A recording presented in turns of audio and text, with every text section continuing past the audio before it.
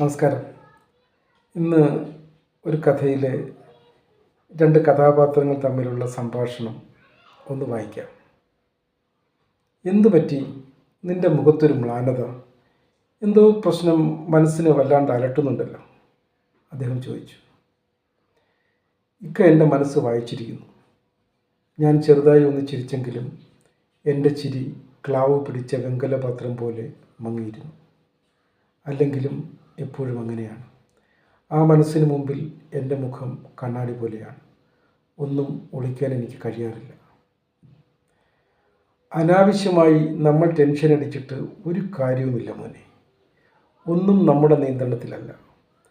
പടച്ചവൻ്റെ തീരുമാനങ്ങൾക്ക് നിന്നുകൊടുക്കുകയല്ലാതെ നമുക്ക് മുന്നിൽ മറ്റു മാർഗങ്ങളില്ല. ശരിയല്ലേ? ശരിയാണക്ക. തികച്ചും യാന്ത്രികമായിരുന്നു എൻ്റെ മറുപടി.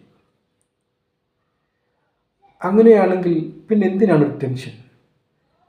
പ്രശ്നങ്ങൾ ഓൻ സൃഷ്ടിച്ചതാണെങ്കിൽ പരിഹാരവും കാണട്ടെ എന്ന്. വളരെ ലഘുവായാണ് അദ്ദേഹം അത് പറഞ്ഞത്. ഈ സംഭാഷണം നമ്മളൊന്ന് വിലയിരുത്തിയാൽ സത്യത്തിൽ ഇത് തന്നെയല്ലേ ശരി? നമ്മുടെ നിസ്സാരമായ പ്രശ്നങ്ങൾക്ക് പിന്നിലും നമ്മൾ ഒരുപാട് ടെൻഷൻ അടിക്കാറുണ്ട്. നമ്മുടെ ടെൻഷൻ നമുക്ക് പരിഹാരം തരാറുണ്ടോ എന്ന് ചോദിച്ചാൽ ഇല്ലെന്നതാണ് സത്യം. പ്രശ്നങ്ങൾ പരിഹരിക്കപ്പെടണമെങ്കിൽ നമ്മൾ പ്രവർത്തിച്ചു കൊണ്ടേയിരിക്കണം. അതായത് ഒരു വിത്ത് നമ്മൾ വിതച്ചിട്ടുണ്ടെങ്കിൽ ഈ മഴയത്തല്ലെങ്കിൽ ഏതെങ്കിലും ഒരു മഴയത്ത് തീർച്ചയായും അത് മുളയ്ക്കും. അതുപോലെ തന്നെയാണ് നമ്മുടെ കർമ്മവും. നമ്മൾ കർമ്മങ്ങൾ ചെയ്തുകൊണ്ടേയിരിക്കുന്നു. ഇന്നല്ലെങ്കിൽ നാളെ നമ്മുടെ കർമ്മങ്ങൾക്ക് തീർച്ചയായും ഫലമുണ്ടാകും. അങ്ങനെ ഫലമുണ്ടാകും എന്നൊരു പ്രതീക്ഷ പോലും ശുഭസൂചകമല്ലേ? എനിക്ക് തീർച്ചയായും അങ്ങനെ പ്രതീക്ഷിക്കാനാണ് ഇഷ്ടം.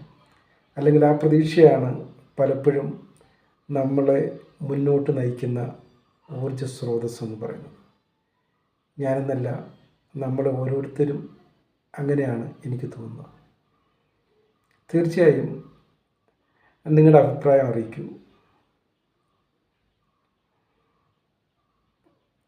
കഥയുടെ ലിങ്ക് ഞാൻ ഇട്ടേക്കാം. കഥ വായിക്കണമെന്നുള്ളവർക്ക് തീർച്ചയായും കഥയും വായിക്കാം. ഓക്കെ, അടുത്ത വേറൊരു വിഷയമായി നമുക്ക് അടുത്ത വീഡിയോയിൽ കാണാം. Thank you.